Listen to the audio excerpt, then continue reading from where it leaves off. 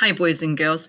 Well, today we're going to read a fun story about a little boy named Max. Max. And he loves to use magnets. Magnet Max. And I can sound out this word by simply chunking it. So I've got mag, net, net, magnet, max. And it's written by Monica Lorenzo Hughes, and the illustrations are by Holly Weinstein. So let's find out about magnet, max. Alliteration. Magnet, max. So we have magnet, max. Ooh, lots of words on the beginning here. There once was a boy named Magnet Max who wanted to test what magnets attract. He loved to explore with objects galore to see what kinds of things would react. So he's a scientist. He's testing things. He's testing to see what magnets attract. One sunny day, Magnet Max went to play at Nick's house. Nick did not know this great find.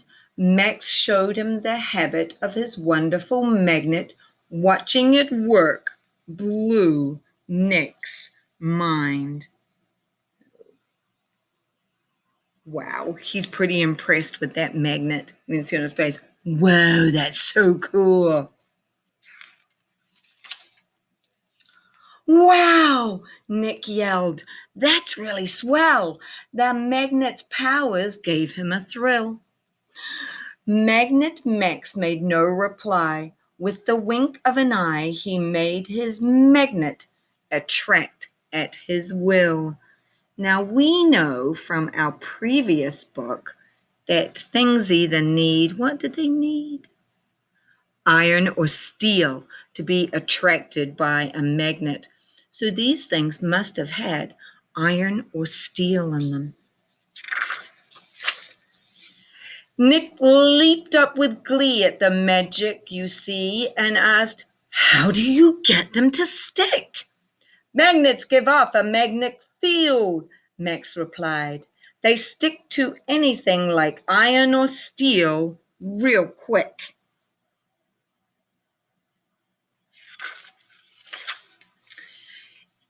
If you please, even nickel and cobalt can be attracted with ease. There are so many possibilities. These are metals that can be part of many things, such as rings, and being magnetic is key. So he's taking all of Nick's jewelry. So on that day, the boys decided to play by searching for things that they could find.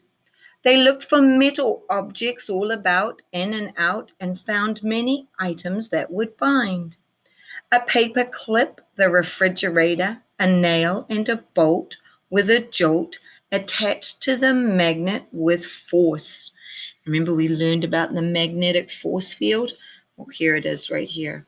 That magnetic force is attracting all those metal items. Nick exclaimed, "Goodness sakes, I'm amazed at the magic it makes. Can we get it to stick to our horse?" Do you think it's going to stick to that horse? Why or why not would it stick to that horse? I wonder. But a shoe, a bowl, a plant, and a doll could not stick to the magnet, of course. These items are not magnetic or kinetic, said Max. They don't have the special force. So we have to find things around the home that are magnetic or not magnetic. The day had gone by as they searched far and wide in the house for more objects to test. They heard Nick's mom call from way down the hall, "Max, your mom says it's time to go rest." Max and Nick said, "Aw, man, we had just begun. We aren't done. We were just about to test out a comb."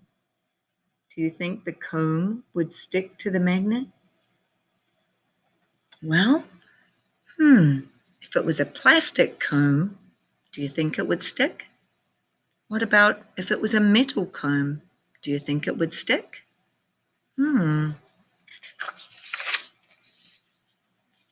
They both looked at the magnet, wanting more to explore. It was time for Max to go home.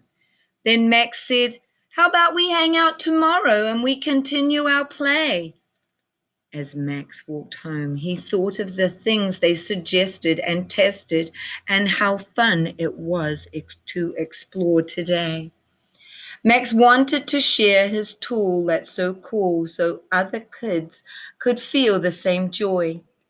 He lay down in bed to relax. Then, closing his eyes, he dreamed of how wise he would be as explorer, magnet, Max. Yay! So he dreamed of being a magnetic superhero. What a cool idea to dream of. And then these are notes about the author and illustrator. So Max and his friend Nick, they tested a lot of items around their house to see what was magnetic and what was not magnetic. Magnetic is going to stick to a magnetic, and not magnetic, so that would be not going to stick to the magnet. So scroll on down and find out what your assignment is for today.